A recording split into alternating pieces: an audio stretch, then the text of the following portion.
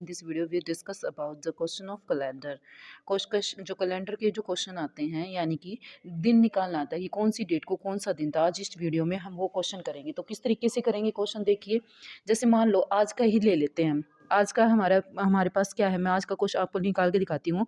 आज है हमारे पास 20 नवंबर और 2024 है आज। ठीक है, तो इसको हम सोल्व करेंगे कि आज कौन सा दिन है। सबको पता है आज कौन सा दिन है, तो इसको हम सोल्व करते हैं। देखो कैसे करेंगे, मैं इसको सोल्व करके दिखाती हूँ, फिर हम इसको क्वेश्चन बताऊंगी कैसे निकलते हैं ये क्वेश्चन। देखो 20 प्लस नवंबर के लिए हम यूज़ करते हैं 4। नवंबर के लिए क्या यूज़ करते हैं 4। ठीक है, फिर हमने क्या किया, नवंबर के लिए 4 हो गया। फिर 2024 को हम क्या लिख सकते हैं, 2000 प्लस 24 लिख सकते हैं।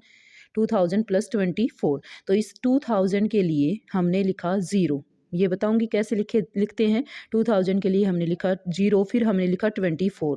क्या लिखा फिर हमने 24। ठीक है, फिर 24 को हमने 4 से डिवाइड कर दिया। 4 से डिवाइड किया, 4 1 जा 4 और 4 6 जा क्या हो जाएगा 24। 4 6 जा क्या हो जाएगा 24। तो इसमें हम 6 प्लस कर देंगे। अब ये वाला जो 6 आया है ना, ये 6 इसमें प्लस कर देंगे। फिर देखो 1 2 3 4 5 चीज़ें हमने प्लस की, तो यानी कि लास्ट में हर क्वेश्चन में 5 हमें और ऐड करना है।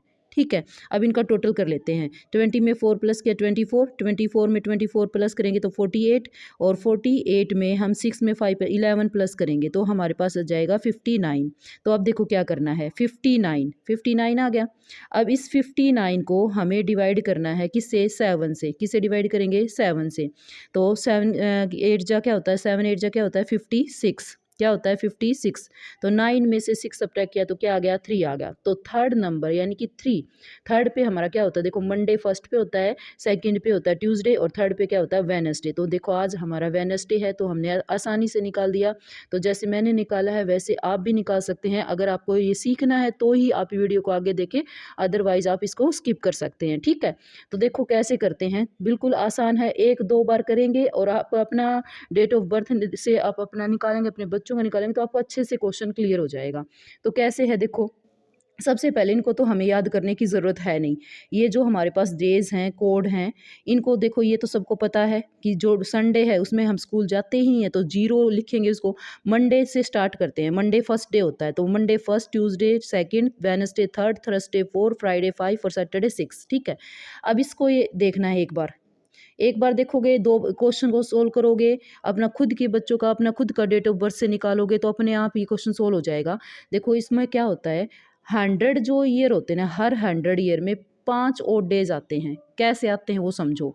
देखो ओड डेज क्या होते हैं वो देखो, 365 डेज होते हैं टोटल हमारे एक ईयर में, 365। अब जब 365 को जब हम 7 से डिवाइड करते हैं, 7 से क्यों डिवाइड करते हैं, क्योंकि 7 में हमारे पास जो 1 वीक होता है उसमें 7 डेज होते हैं। तो इसको जब हम 7 से डिवाइड करते हैं ना, तो 52 तो हमारा ये ऊपर क्वोशंट आ जाता है और नीचे रिमाइंडर बच जाता है 1।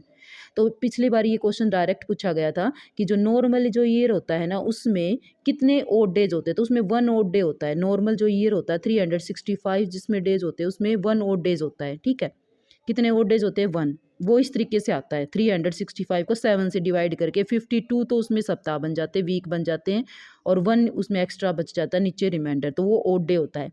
ऐसे ही अगर 366 का लीप ईयर होगा तो उसमें 2 ओड डेज बचेंगे, नीचे क्या बचेगा 2, तो उसमें 2 ओड डेज होते हैं। लीप ईयर में 2 ओड डेज होते हैं, और जो नॉर्मल ईयर होता है उसमें 1 ओड डे होता है।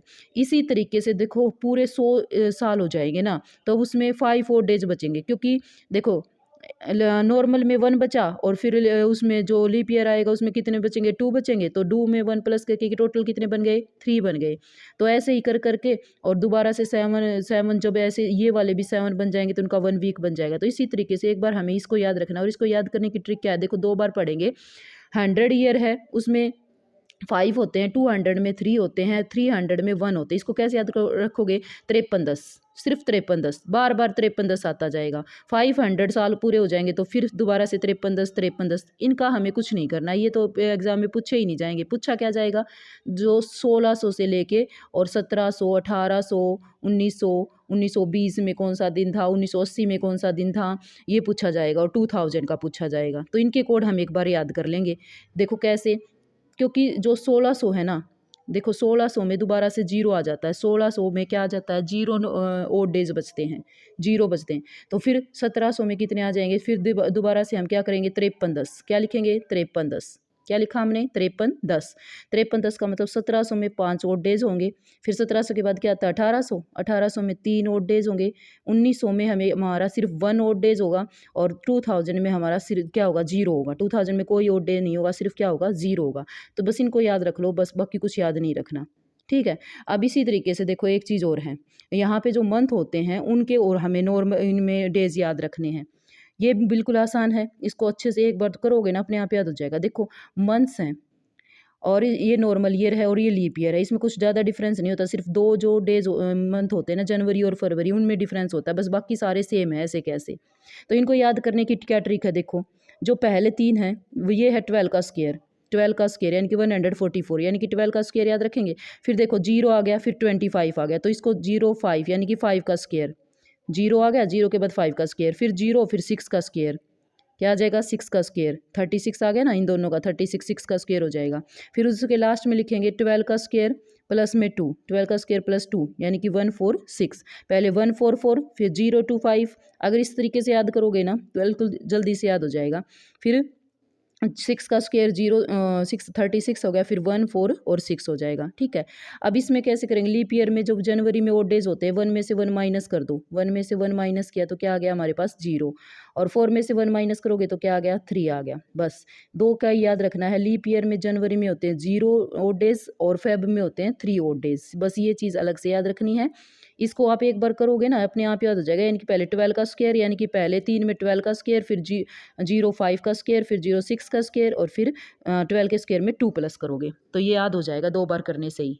तो इस तरीके से हम देखो अब निकालते हैं क्वेश्चन को, कैसे निकालेंगे, देखो क्वेश्चन कैसे निकालेंगे। जैसे इसमें क्वेश्चन लिखा हुआ मैंने कि 26 जनवरी 1950 को कौन सा दिन था, होगा या होगा तो नहीं, ये था होगा अभी, ठीक है। तो देखो क्या कैसे आएगा, 26 जनवरी है, 26 जनवरी और 1950 है, तो देखो सबसे पहले क्या करना है, 26, क्या लिखा, 26 लिखा, प्लस जनवरी का हमारा क्या है, देखो जनवरी का ये लिखा हुआ, और 50 हमारा देखो 4 से डिवाइड नहीं हो रहा, इसीलिए लीप ईयर नहीं है।